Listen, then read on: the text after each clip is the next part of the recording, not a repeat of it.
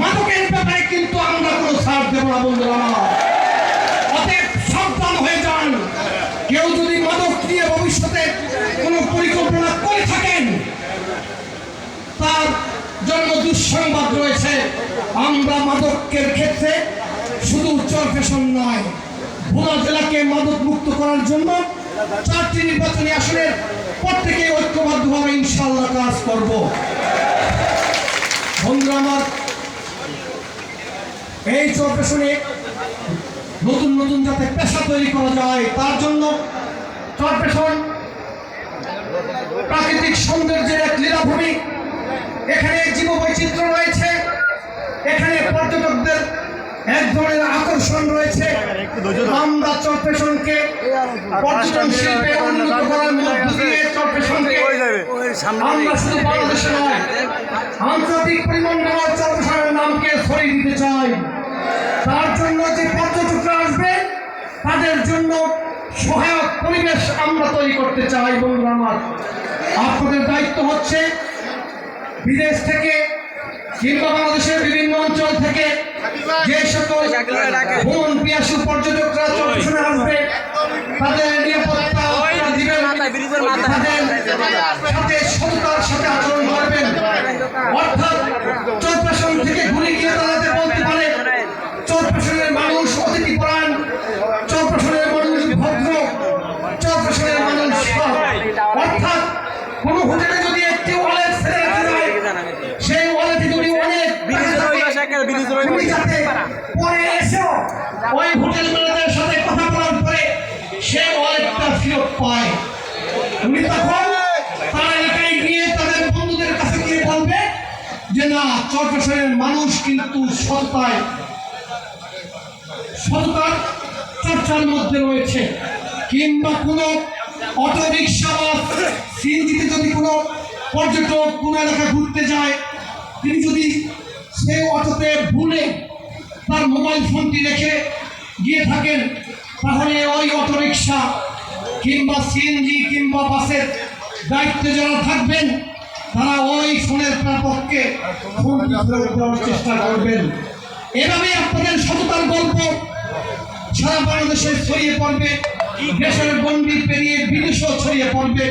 আর তখনই বাংলাদেশের মধ্যে চরফ্যাশন পর্যটন শিল্পে অনেক আমি বিশ্বাস করি। আমি আরেকটি কথা বলতে চাই, চরফ্যাশনে যে সকল সাধারণ মানুষ রয়েছেন, তাদের স্বাস্থ্য সেবা এবং চিকিৎসার জন্য তাদেরকে প্রায় ঢাকা যেতে হয়। ঢাকা যেতে যেতে যে রোগী ঢাকায় যাচ্ছে, তার অবস্থা আগের চেয়ে আরো অবনতির দিকে যেতে থাকে।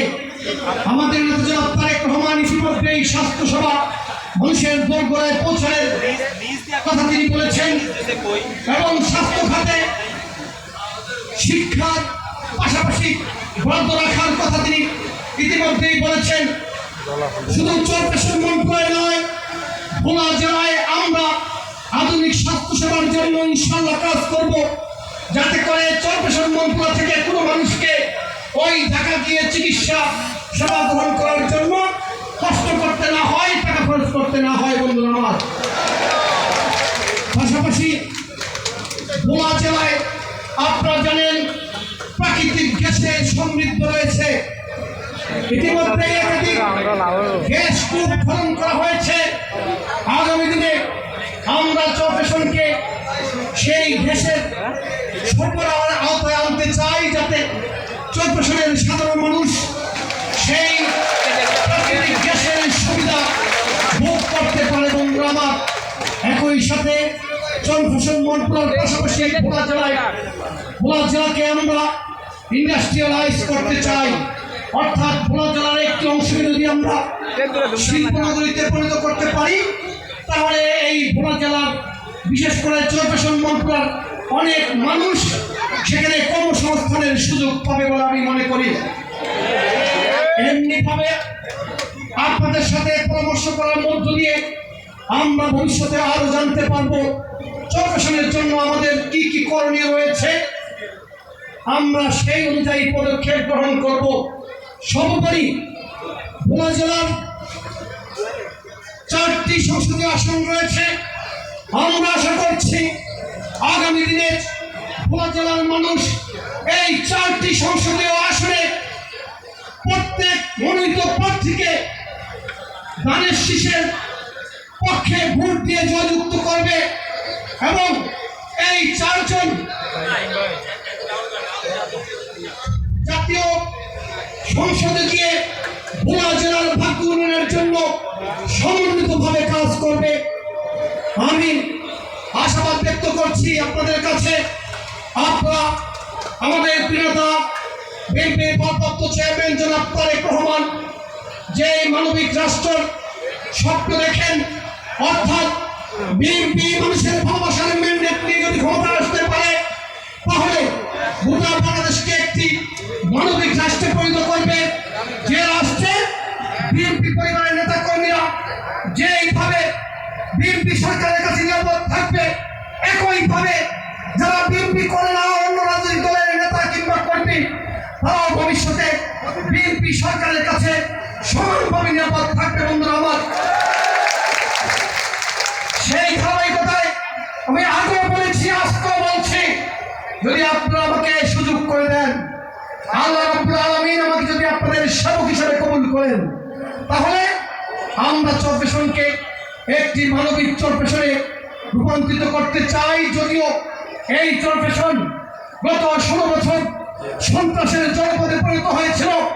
ছাত্রদের সভাপতি থাকা অবস্থায় আব্দুল রাজ্জাককে নিষ্ঠুরভাবে পিটিয়ে হত্যা করেছে। শুধু হত্যা নয়, বিএনপির অসংখ্য নেতা কর্মীদেরকে আহত করেছে, পঙ্গুত্ব মিলিতে বাধ্য করেছে। সেই চরপেশনকে আমরা শান্তির জনপদে পরিণত করতে চাই।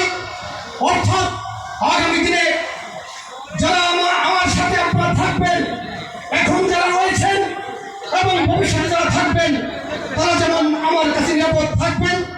যারা আমার সাথে নাই, কোনো কারণে আমাকে পছন্দ নাও করতে পারেন, তাও ইনশাল্লাহ আমার কাছে সমানভাবে নিরাপদ থাকবেন।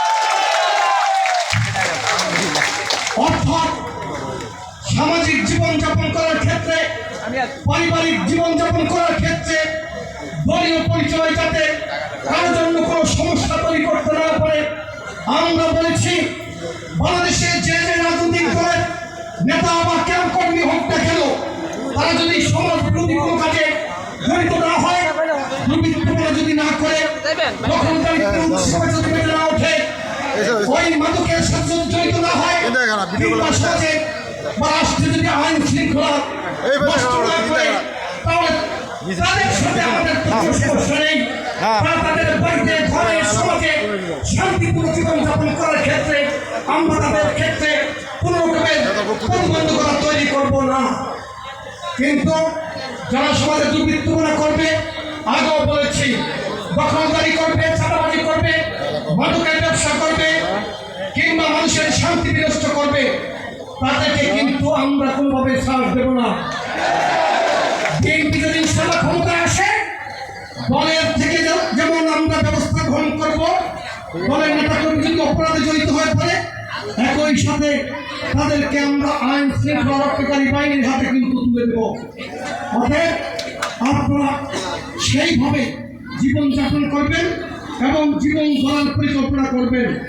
অন্যায় কাজে সম্পৃক্ত হওয়ার কোনো সংকল্প নিয়ে যদি কেউ বিএনপি করতে চান, তাহলে কিন্তু চরপেশনে বিএনপি আপনারা করতে পারবেন না। চরপেশনের বিএনপি হচ্ছে ভালো মানুষের জন্য বিএনপি, সব মানুষের জন্য বিএনপি, যারা সমাজের কল্যাণ করার জন্য নিজেকে নিয়োজিত করবে, তারা চরপেশনে বিএনপি করবে ইনশাআল্লাহ। যারা অপরের ক্ষতি করবে না, অপরের সম্পদ দখল করবে না, তাদেরকে আমরা বিএনপির রাজনীতিতে উৎসাহিত করবো ভবিষ্যতে। বন্ধুরা আমার, প্রায় সন্ধ্যা ঘনিয়ে এলো, মাগরিবের আজান হবে, আপনারা সকলেই নামাজ পড়তে যাবেন আশা করছি। আমি বক্তব্য অর্ধেকায়িত করতে চাই না, আমি শুধু আপনাদের কাছ থেকে সর্বশেষ একটি কমিটমেন্ট চাই। আপনারা আজকে থেকে ধানের শীষের প্রার্থীর পক্ষে কাজ করবেন কিনা আমি দেখতে চাই। আপনারা দুহাত তুলে আমাকে দেখান।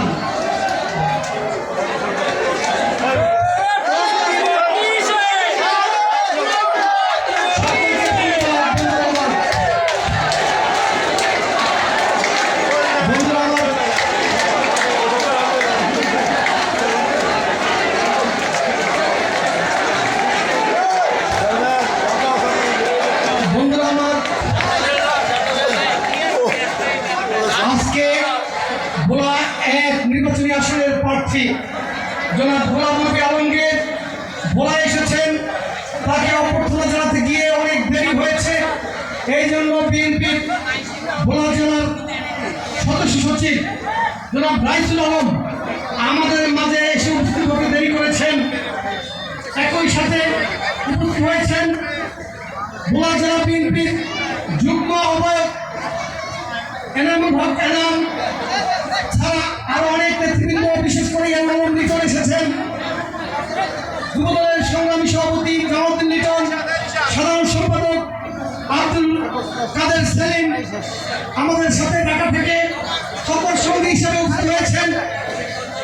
স্বেচ্ছাসেবক দল কেন্দ্রীয় নির্বাহী কমিটির সংগ্রামী যুগ্ম সাধারণ সম্পাদক ভোলার কৃতি সন্তান মোহাম্মদুল্লাহ চৌধুরী ফয়সাল আমাদের সাথে এসেছেন। চরপেশনের সন্তান রাসেল মাহমুদ, ভোলা জেলার স্বেচ্ছাসেবক দলের সাবেক সভাপতি জামিল হোসেন অদূত সহ ভোলা জেলা যুবদল, ছাত্রদল এবং স্বেচ্ছাসেবক দলের নেতৃবৃন্দ, বরিশাল জেলা মহানগর থেকে এবং ঢাকা থেকে বিভিন্ন ইউনিটের যুবদল, ছাত্রদল, স্বেচ্ছাসেবক দলের নেতৃবৃন্দ যারা আমার সাথে সফর সঙ্গী হয়েছেন, সকলকে ধন্যবাদ জানাচ্ছি, কৃতজ্ঞতা জানাচ্ছি।